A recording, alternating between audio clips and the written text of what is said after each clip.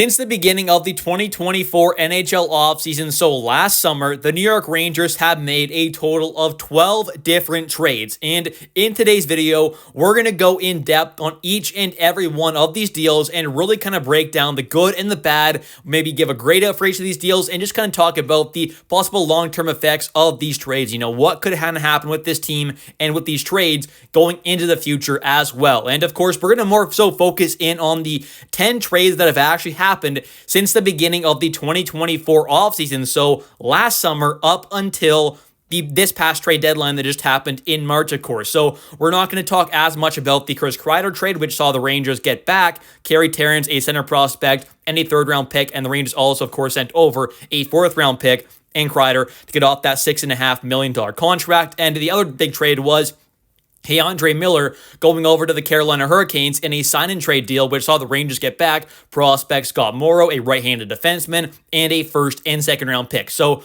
we're not going to focus in on those two deals as much because I have talked about them quite a bit as of late, but we're going to focus in on the other 10 trades that have happened since the beginning of last summer up until this past trade deadline in March. And there's been 10 total deals, like I said, 10 total trades, and we're going to break each and every one of them down right now. So let's get right into it here and start off with the first one that happened way back in June of 2024, June 29th there, just before the NHL draft happened. The New York Rangers went out and they ended up picking up a fourth-round pick to move up a couple spots there, as they sent away a fourth-round pick and a seventh there just to move up a few spots in the draft there. But they did that going from pick number 127 overall up to 119, giving up that seventh. But they ended up selecting prospect Raul Boilard, who was more of a kind of later second-round projection there to kind of the early third, something around that kind of second to mid-round, third-round kind of range there was where he was kind of projected. He ends up falling, of course, to the fourth round, and it does kind of seem like a possible steal.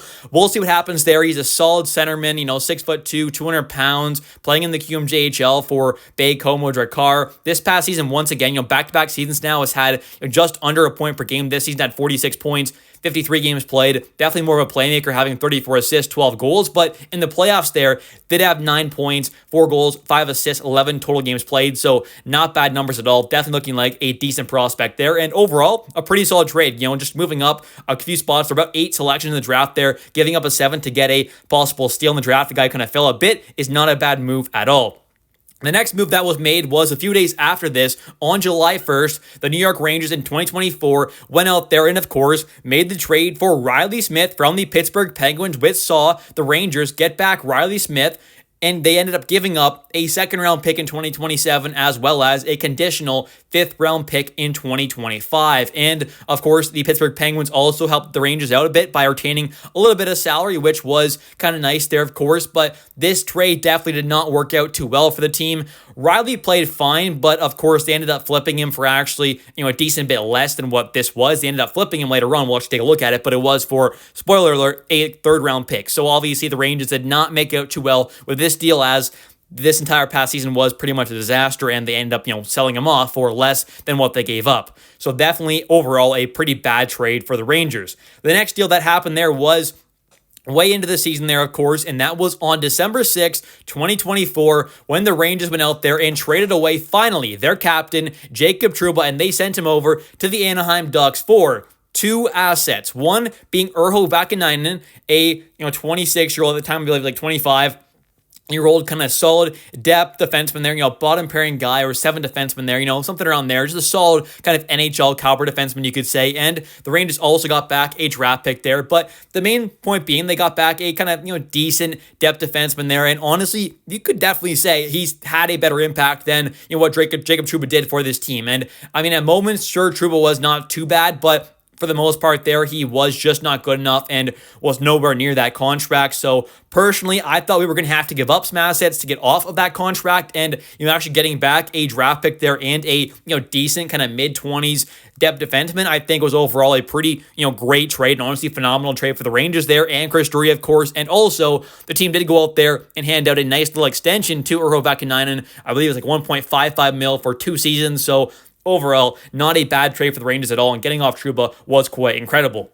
And next up here on December 18th of 2024, the New York Rangers traded away the former second overall pick, Kaapo Kakko, over to the Seattle Kraken for defenseman Will Borgen and a third and sixth round pick in the 2025 NHL draft. And next up here, we've got the New York Rangers on December 18th sending away the former second overall pick, Kaapo Kakko, over to the Seattle Kraken for defenseman Will Borgen and a third and sixth round pick in the 2025 NHL draft. And the Rangers end up using that third round pick on prospect Sean Barnhill, who's looking like a pretty solid, about 6'5", right-handed defense prospect there, known as having a pretty good kind of shutdown defensive game there. So looking like a pretty solid prospect. And also the Rangers use that sixth round pick on Samuel Jung, a Czechian-born prospect, from Czech Republic, Czechia, and interesting kind of player playing over in the Finnish kind of junior leagues there, the U20 league, as an overage prospect. So he is 19 now already. He had some all right kind of goal totals there, but overall the point totals were nothing too special. So not quite sure what they see there. He is a bit bigger, though. Maybe they see some kind of decent goal scoring ability or something. But point being, they got a pretty solid third round pick, defense prospect there in Sean Barnhill and also Will Borgen. I think overall this was a pretty solid trade. And so far, I think going forward in the future won't look too bad. I mean, I think Kakko, although is definitely still a pretty solid player, I think this trade for the Rangers definitely still makes a lot of sense. Now taking a look at the next deal here was a pretty minor one where the Rangers in January 25th there, they end up sending over prospect Ryder Korzak over to the Tampa Bay Lightning there for Lucas Edmonds. This is kind of an AHL kind of deal there. These two players are more than likely never really going to have a major impact at the NHL level, so just kind of an AHL kind of swap deal here. Next up, we see the Rangers make that big trade on January 31st for forward JT Miller, and of course, they also got back Jackson Dorrington, a really promising, one of the Rangers' top defense prospects in the entire organization. He's already 21. He will begin the season more than likely with the Hartford Wolfpack. And also, they get back Eric Brandstrom, who's obviously now gone off the team. But also, they ended up sending over to the Vancouver Canucks Philip Hedl, Victor Mancini, a pretty promising prospect as well, and of course that first round pick, which ended up becoming the 12th overall selection. So I think this deal is definitely not bad at all. The Rangers pretty much kind of swap defense prospects there. Obviously, Victor's a little older there, more NHL ready, you could say. He's 23. Then the Rangers get back a 21-year-old. So a little bit different there, but still two solid prospects going each way there. They kind of cancel it almost there. Rangers basically end up giving up, Philip Hedl in a first for JT Miller, which I don't think is a bad trade at all. JT's on a pretty good contract when you kind of take a look at the market right now and what he can bring for this team. And Philip Hedl, although I love the player so much, I think he's such a great guy. I've been a big fan of his for so long, but the injuries are definitely a major factor there and can definitely kind of hinder his career possibly. So I think this deal overall was definitely a pretty smart decision there by Chris Drury. And I really do hope Philip Hedl can have a nice long NHL career, but the concussion problems just might kind of cut things short, which would definitely be very, very sad to see. And then we don't see another trade happen until kind of close to the NHL trade deadline there. On March 1st, we see the Rangers make the trade where they send off Ryan Lindgren, Hank Kempf, a kind of low-tier prospect, and Jimmy Vesey over to the Colorado Avalanche for Juuso Parssinen, Calvin Dehon, and a second and fourth round pick, which was actually the Rangers pick that they got back in the second round, so kind of funny there. But basically being Rangers getting back a couple draft picks there, Juuso Parssinen, a 24-year-old center who's possibly going to be the third-line center for this Rangers team to begin next season. It's definitely possible. They obviously signed him to an extension as well this past season there, or at the end of it, so pretty interesting there. Calvin Dehon obviously got a little sample size there with the Rangers, but didn't play a whole lot, had that kind of off-ice issues there with him, so he's not coming back. Obviously, he's UFA as well. I think he played solid in his limited time, but obviously didn't get much of a chance. But the Rangers, getting back Juuso and basically a second and a fourth for Ryan Lindgren and Jimmy Vesey, I think is pretty solid there. Hank Kempf isn't too much there. I mean, he's, like I said, a low-tier defense prospect. And obviously two expiring contracts in Lindgren and Jimmy Vesey to kind of cash in on, I think was pretty smart. Juuso is somewhat promising as well, has some good size there. Definitely projects as kind of being a possible kind of decent middle six center potentially. So I do kind of like some of his game there for sure.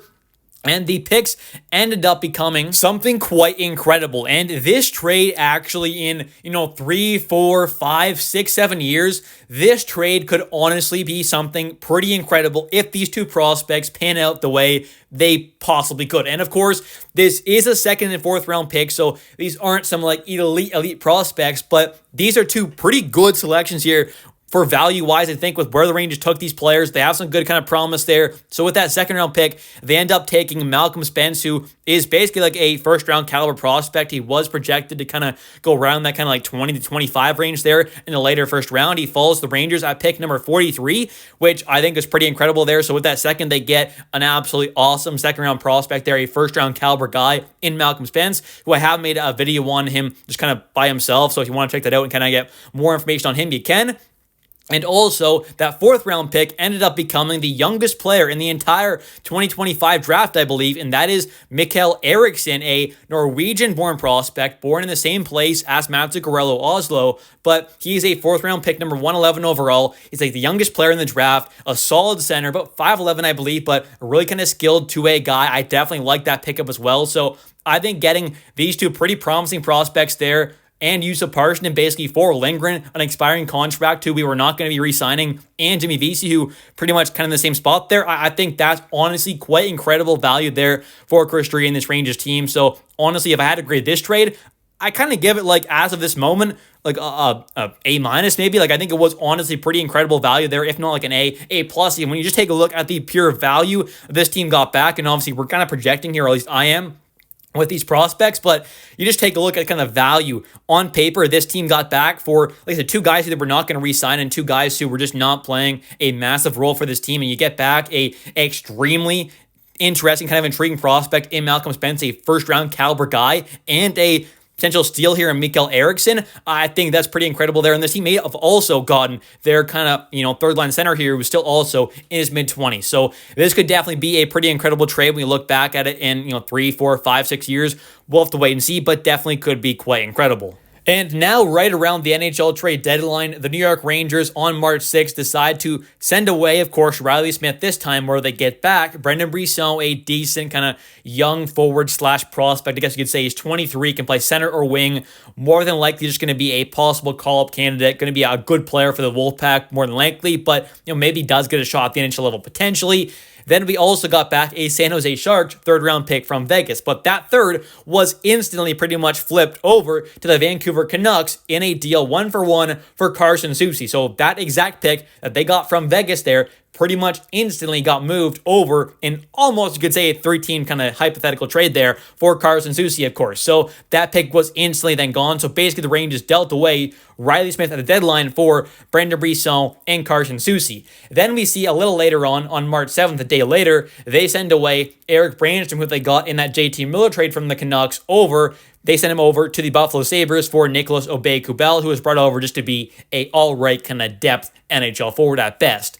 And that was the last trade the New York Rangers made at the 2025 NHL trade deadline. So from the start of last summer up until this past trade deadline in March of 2025, the New York Rangers decided to make 10 different trades. Some of them were honestly quite incredible. Some were a little questionable, but I think for the most part there, Chris Drury and this front office did a pretty good job. Over the last kind of calendar year or so, I think most of the trades that have been made were pluses and positives for the New York Rangers. Now, of course, a lot of these deals, we're going to have to kind of wait and see really and truly kind of how they pan out, 3, 4, 5 years down the road to really see the kind of impact some of these players can possibly have on this team or another team possibly. But I think overall, when you take a look at these deals on paper, and as of right now, I think the Rangers have done a pretty great job with these trades, and I really am happy with the moves that have also been made so far this offseason there. I think that Kreider trade was quite smart there, allowed us to pick up a guy like, Gavrikov really, and also